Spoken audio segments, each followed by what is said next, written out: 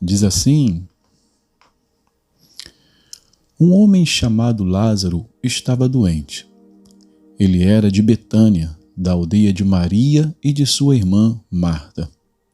Esta Maria, cujo irmão Lázaro estava doente, era a mesma que ungiu o Senhor com perfume e lhe enxugou os pés com os seus cabelos. Por isso, as irmãs de Lázaro mandaram dizer a Jesus: aquele que o Senhor ama está doente. Ao receber a notícia, Jesus disse: esta doença não é para a morte, mas para a glória de Deus, a fim de que o Filho de Deus seja glorificado por meio dela. Ora, Jesus amava Marta e a irmã dela, e também Lázaro. Quando soube que Lázaro estava doente, ainda se demorou 2 dias no lugar onde estava. Depois disse aos seus discípulos: vamos outra vez para a Judéia. Os seus discípulos disseram: Mestre, ainda há pouco os judeus queriam apedrejá-lo, e o Senhor quer voltar para lá? Jesus respondeu: não é verdade que o dia tem 12 horas? Se alguém andar de dia, não tropeça, porque vê a luz deste mundo. Mas, se andar de noite, tropeça, porque nele não há luz.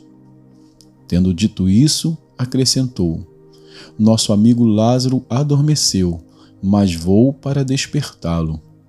Então os discípulos disseram: Senhor, se dorme, estará salvo. Jesus falava da morte de Lázaro, mas eles pensavam que tivesse falado do repouso do sono. Então Jesus lhes disse claramente: Lázaro morreu. Por causa de vocês me alegro de que não estivesse lá, para que vocês possam crer. Mas vamos até ele. Então Tomé, chamado Dídimo, disse aos outros discípulos: vamos também nós para morrer com o Mestre. Quando Jesus chegou, encontrou Lázaro já sepultado havia 4 dias. Ora, Betânia ficava a mais ou menos 3 quilômetros de Jerusalém. Muitos dos judeus vieram visitar Marta e Maria a fim de consolá-las por causa do irmão. Marta, quando soube que Jesus estava chegando, foi encontrar-se com ele. Maria, porém, ficou sentada em casa. Então Marta disse a Jesus: se o Senhor estivesse aqui, o meu irmão não teria morrido.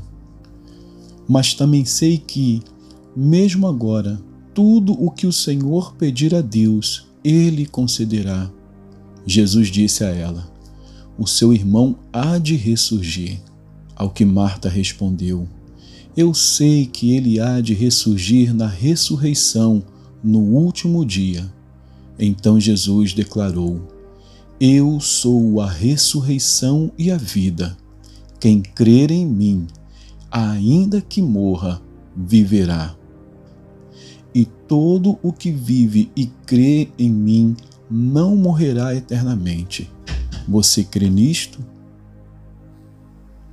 Marta respondeu: sim, Senhor. Eu creio que o Senhor é o Cristo, o Filho de Deus que devia vir ao mundo. Depois de dizer isto, Marta foi chamar Maria, a sua irmã, e lhe disse em particular: o Mestre chegou e está chamando você. Quando Maria ouviu isso, levantou-se depressa e foi até ele, pois Jesus ainda não tinha entrado na aldeia, mas permanecia onde Marta o havia encontrado.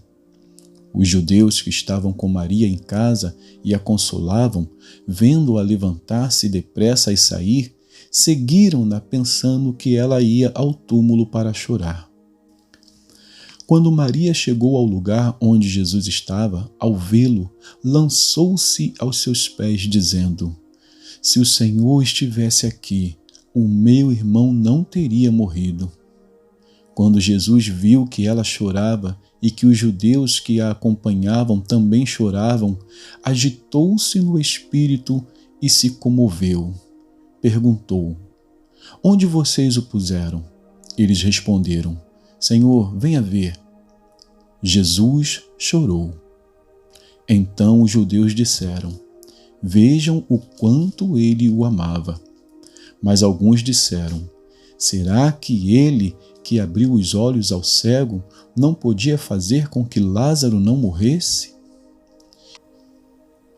Jesus, agitando-se novamente em si mesmo, foi até o túmulo, que era uma gruta em cuja entrada tinham colocado uma pedra. Então Jesus ordenou: Tirem a pedra. Marta, irmã do falecido, disse a Jesus: Senhor, já cheira mal, porque está morto há 4 dias. Jesus respondeu: Eu não disse a você que, se cresce, veria a glória de Deus? Então tiraram a pedra. E Jesus, levantando os olhos para o céu, disse: Pai, graças te dou porque me ouviste. Eu sei que sempre me ouves, mas falei isso por causa da multidão presente, para que creiam que tu me enviaste. E, depois de dizer isso, clamou em alta voz: Lázaro, venha para fora. Aquele que tinha morrido saiu, tendo os pés e as mãos amarrados com ataduras e o rosto envolto num lenço. Então Jesus lhes ordenou: Desamarrem-no e deixem que ele vá. Muitos dos judeus que tinham vindo visitar Maria, vendo o que Jesus havia feito, creram nele. Outros, porém, foram até os fariseus e lhes contaram o que Jesus havia feito. Então os principais sacerdotes e os fariseus convocaram o sinédrio e disseram: O que estamos fazendo, uma vez que este homem opera muitos sinais? Se o deixarmos assim, todos crerão nele.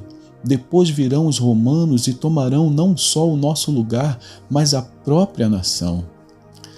Mas um deles, Caifás, que era sumo sacerdote naquele ano, advertiu-os dizendo: Vocês não sabem nada, nem entendem que é melhor para vocês que morra um só homem pelo povo e que não venha a perecer toda a nação.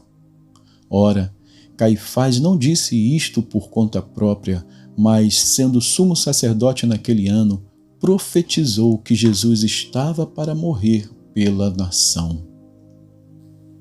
E não somente pela nação, mas também para reunir em um só corpo os filhos de Deus que andam dispersos. Desde aquele dia, resolveram matar Jesus. Assim sendo, Jesus já não andava publicamente entre os judeus, mas retirou-se para uma região vizinha ao deserto, para uma cidade chamada Efraim, onde permaneceu com os discípulos. Estava próxima a Páscoa dos judeus, e muitos daquela região foram a Jerusalém antes da Páscoa para se purificar. Lá procuravam Jesus e, estando eles no templo, diziam uns aos outros: O que vocês acham? Ele não virá à festa? Ora, os principais sacerdotes e os fariseus haviam ordenado que, se alguém soubesse onde ele estava, o denunciasse para que pudessem prendê-lo. Vamos então aos Hebreus, a carta aos Hebreus, no capítulo 5. Hebreus, capítulo 5, diz assim: Cada sumo sacerdote, sendo escolhido dentre os homens, é constituído nas coisas relacionadas com Deus a favor dos homens, para oferecer dons e sacrifícios pelos pecados. Ele é capaz de se compadecer dos ignorantes e dos que se desviam do caminho, pois também ele mesmo está rodeado de fraquezas. Por esta razão, deve oferecer sacrifícios pelos pecados, tanto do povo como de si mesmo. E ninguém toma esta honra para si mesmo, a não ser quando chamado por Deus, como aconteceu com Arão. Assim, também Cristo não glorificou a si mesmo para se tornar sumo sacerdote, mas quem o glorificou foi aquele que lhe disse: Você é meu filho, hoje eu gerei você. Em outro lugar também diz: Você é sacerdote para sempre, segundo a ordem de Melquisedeque. Ele, Jesus, nos dias da sua carne, tendo oferecido com forte clamor e lágrimas, orações e súplicas a quem o podia livrar da morte, foi ouvido por causa da sua reverência. Embora fosse filho, aprendeu a obediência pelas coisas que sofreu e, tendo sido aperfeiçoado, tornou-se o autor da salvação eterna para todos os que lhe obedecem. E Deus o nomeou sumo sacerdote, segundo a ordem de Melquisedeque. A esse respeito, temos muitas coisas a dizer, coisas difíceis de explicar, porque vocês ficaram com preguiça de ouvir. Pois, quando já deviam ser mestres, levando em conta o tempo decorrido, vocês têm novamente a necessidade de alguém que lhes ensine quais são os princípios elementares dos oráculos de Deus. Passaram a ter necessidade de leite e não de alimento sólido. Ora, todo aquele que se alimenta de leite é inexperiente na palavra da justiça, porque é criança. Mas o alimento sólido é para os adultos, para aqueles que, pela prática, têm as suas faculdades exercitadas para discernir não somente o bem, mas também o mal. Capítulo 6. Por isso, deixando os princípios elementares da doutrina de Cristo, avancemos para o que é perfeito, não lançando de novo a base do arrependimento de obras mortas e da fé em Deus, o ensino de batismos e da imposição de mãos, da ressurreição dos mortos e do juízo eterno. Isso faremos se Deus o permitir.